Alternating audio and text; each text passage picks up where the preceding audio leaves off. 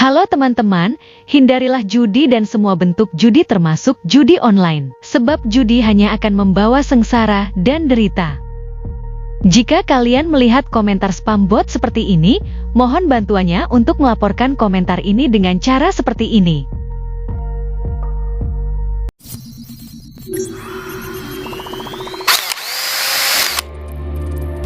Assalamualaikum warahmatullahi wabarakatuh. Selamat datang kembali di Rio Hotspot Channel.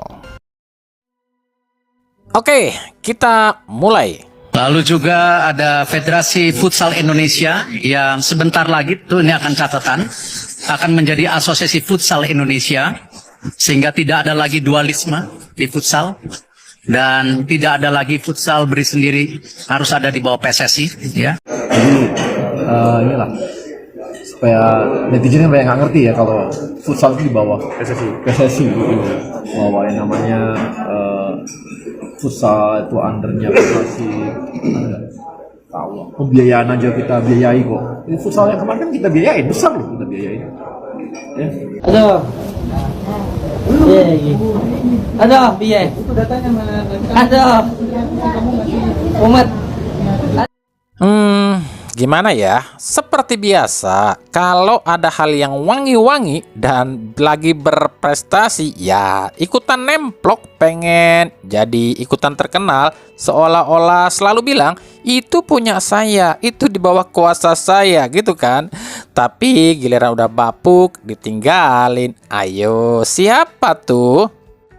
Ya tentu saja itu kerjaannya Pak RT dan jongosnya. Ya ini lagi rame nih di futsal. Usai futsal ini berprestasi di bawah naungan Victor Sianipar dan juga pelatih Hector Suwoto yang masuk ke final AFC.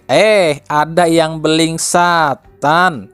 Lalu juga ada Federasi Futsal Indonesia yang sebentar lagi tuh ini akan catatan akan menjadi Asosiasi Futsal Indonesia, sehingga tidak ada lagi dualisme di futsal dan tidak ada lagi futsal beri sendiri, harus ada di bawah PSSI. Waduh, gimana tuh kok tiba-tiba pengen ngambil futsal tuh? Ya emang kami pun tahu lah ya, kalau yang namanya Federasi Futsal Indonesia itu di bawah naungan PSSI. Tapi kok kemarin kemana aja? Kemarin kok seolah lebih sibuk ke sepak bola ya? Apalagi ketika timnasnya masih di kualifikasi Piala Dunia, futsal seolah-olah tersingkirkan sama PSSI. Cuma apa ya? Ya cuma sekilas-sekilas aja. Tapi sekarang kok kenapa tiba-tiba ikutan rame? Nama Hector Suwoto di futsal itu bukan nama baru loh ya. Udah lama terkenalnya. Tapi karena waktu itu Pak RT-nya sibuk, lagi terkenalnya di sepak bola, seolah-olah udahlah biarin aja, toh kita juga lagi terkenal. Tapi ketika timnasnya bapuk dan Pak RT-nya malah lari ninggalin ya, malah masuk menjabat jadi menteri. Sekarang tiba-tiba ketika futsal berjaya, tiba-tiba pengen ikutan, sampai bilang lah futsal kan di bawah naungan kita. Ya kalau kami pribadi pendapatnya, katanya futsal mau diambil sepenuhnya ya sama PSSI gitu kan. Ya emang itu haknya PSSI. Kalau buat kami pribadi mending gak usah deh. Futsal mendingan bikin federasi sendiri. Kenapa demikian? Takut ujung-ujungnya kayak timnas di sepak bola, anget-anget tai ayam, lagi berprestasi di sanjung-sanjung, tapi ketika udah dicampur tanganin sama politik dan orang-orang ini, akhirnya jadi amburadul. Karena yang kami takutkan gini loh, kalau dua orang ini udah nyemplung ke futsal kan lagi bagus-bagusnya nih ya, udah terorganisir nih ya, tiba-tiba dua orang ini nyemplung nih ke futsal, langsung deh ada intervensi sono sini, pelatihnya harus terus pemainnya harus inilah itulah, ujung-ujungnya jeblok tinggalin lagi. Ya buktinya sekarang aja gitu kan, ketika futsal nggak berprestasi mereka seolah-olah tutup mata, tapi ketika futsal berprestasi tiba-tiba mereka bersuara. Sama tuh seperti yang diucapkan sama CEO ETV yang nyindir tuh ucapan seorang esko PSSI yang ngaku-ngaku katanya futsal itu emang hasil dari kerja keras PSSI. Prestasi futsal karena siapa? Kalau merasa punya peranan nggak usah disebut-sebut terus dan jangan cemas tidak dianggap berjasa. Itu kata Ibu Erika ya, CEO-nya ATV Sport. Setuju banget Bu. Kan kami udah berkali-kali bilang di Federasi Sepak Bola Indonesia sekarang itu nggak boleh ada yang lebih terkenal dibandingkan ketumnya. Lah sekarang Victor Sianipar tanpa gembar-gembor mampu membawa futsal berprestasi. Hector Suwoto sekarang dipuja-puja. Bak Sintayong, apa nggak bikin kesel, apa nggak bikin iri tuh orang yang paling pengen disebut paling berjasa. Nanti ujung-ujungnya ketika PSSI nimbrung ke futsal ke FFI, ujung-ujungnya nasibnya sama dengan yang udah-udah. Apa itu? Victor Sianiparnya disingkirkan, Hector Suwoto disingkirkan, diganti dengan SpongeBob misalnya. Ujung-ujungnya nyemplung lagi kayak timnas Indonesia yang gagal di semua ajang.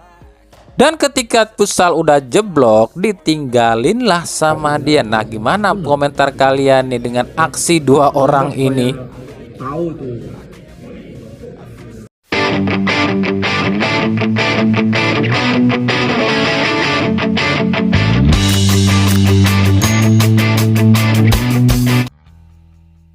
Lanjut ya. Walah dalah, ada yang nangis ya. Di kandang pula nangisnya. Padahal kan kemarin supporternya sibuk nyinyirin Persib. Supporter Persib panas sama Oren. Dia yang nimbrung. Makanya berkali-kali kami bilang, daripada sibuk ngurusin klub orang dan ngerendahin klub orang, mending urus klubnya dulu sendiri. Nanti kalau misalnya klubnya sendiri itu udah paling bagus di Liga Indonesia, minimal udah pernah rasakan 3 kali juara berturut-turut atau sejak 2017 juara terus, oke boleh lah ya nyinyirin tim lain. Lah timnya sendiri aja puasa gelar terus. Ya, Persebaya Surabaya akhirnya terputuskan rekor 13 kali tak terkalahkan. Kalah di kandang sendiri oleh tim Bayangkara FC alias tim Pak Pol. Dan tentu saja yang jadi sorotan utama adalah Ryo Matsumura, Musashi Sidibe, dan So Yamamoto. Uniknya 2 dari 3 pemain ini ada kaitannya dengan Persija. Ryo Matsumura dipinjamkan sama Persija lantaran katanya nggak masuk skemanya Maurizio Sosa. Padahal dengan keluarnya Ryo, tiba-tiba Ryo cuap-cuap karena kata Ryo dia di Persija sering ditunggak gaji. Sementara Musashi Sidibe udah bertahun-tahun, udah bermusim-musim diincar, digosipkan akan ke Persija, tapi nggak pernah masuk, nggak pernah nyangkut. Sekarang malah digratisin sama JDT ke Bayangkara. Ini sih kalau kami bisa bikin sebuah kata-kata hari ini. Apa ya kata-katanya? Gini aja deh kata-katanya.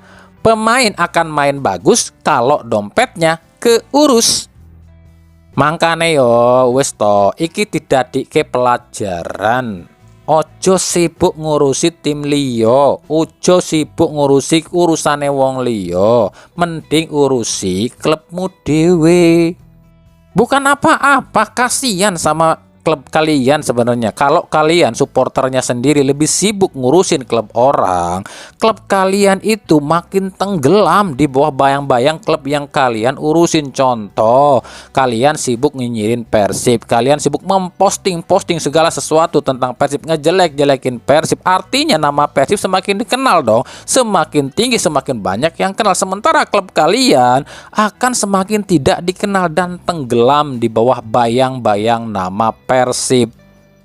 Ini juga termasuk sama adminnya Persebaya juga ya. Ya kami tahu lah ya, maksud kalian memposting apa ya, jersey baru sebelum pertandingan lawan Bayangkara FC itu ya buat memperkenalkan lah. Kita ambil sisi positifnya, buat memperkenalkan jersey baru, promosi lah ya jersey baru dari Persebaya yang warnanya hijau merah belang gitu kan. Yang kami ngerti lah buat promosi. Kita ambil posisi positifnya, berpikir positif aja, mungkin buat promosi, bukan buat nyindir Persib lu ya, yang nyantungin baju di Thailand tapi keok 3-0 gitu kan. Tapi ya gimana ya, dengan hasil kekalahan ini mungkin akan dikonter juga tuh sama supporternya Persib.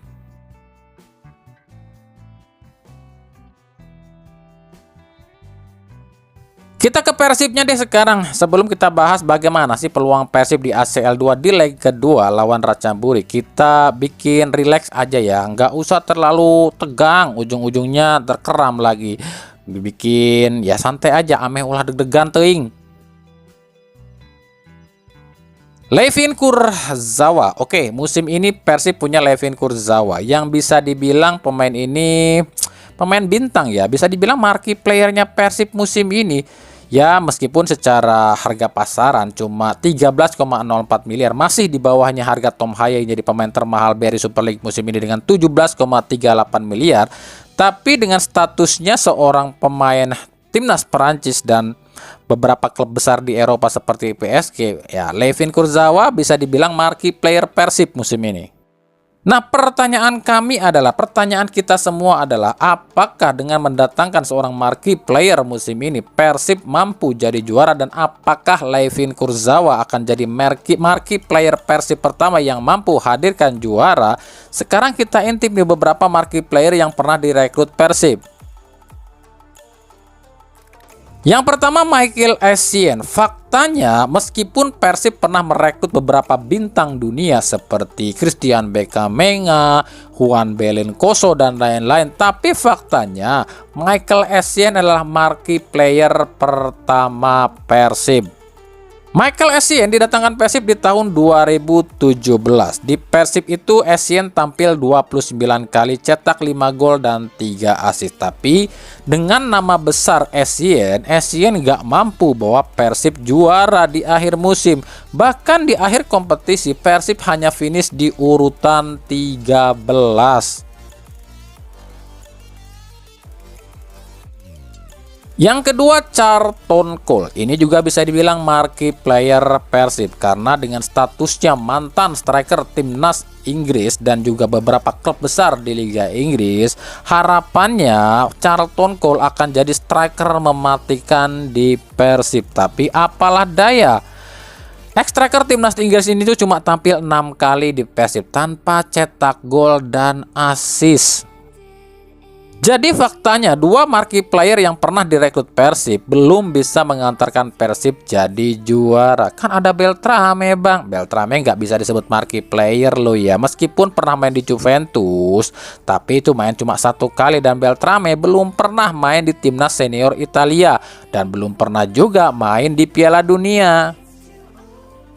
Bagaimana dengan musim ini? Musim ini tuh cuma Kurzawa yang layak disebut marquee player karena Kurzawa yang pernah main di tim besar ya di Eropa dan juga pernah main di timnas Prancis loh ya, sebanyak 13 kali di timnas Prancis dan juga pernah main di Piala Dunia 2018.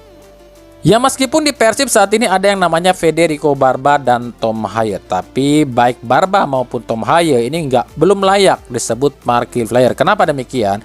Federico Barba itu cuma memperkuat timnas Italia U17 sampai U21 dan belum pernah main di timnas utama atau seniornya Italia dan belum pernah juga main di Piala Dunia. Begitu juga dengan Tom Haye, cuma main di timnas Belanda U19 dan U21. Belum pernah juga ke timnas senior Belanda dan belum pernah masuk ke Piala Dunia. Pertanyaan kami kembali lagi, apakah Kurzawa mampu menjadi marquee player pertama Persib yang mampu hadirkan gelar pada Persib, atau seperti yang sudah-sudah ketika Persib memakai seorang pemain bintang atau disebut marquee player, Persib selalu gagal jadi juara? Kita nantikan di akhir musim.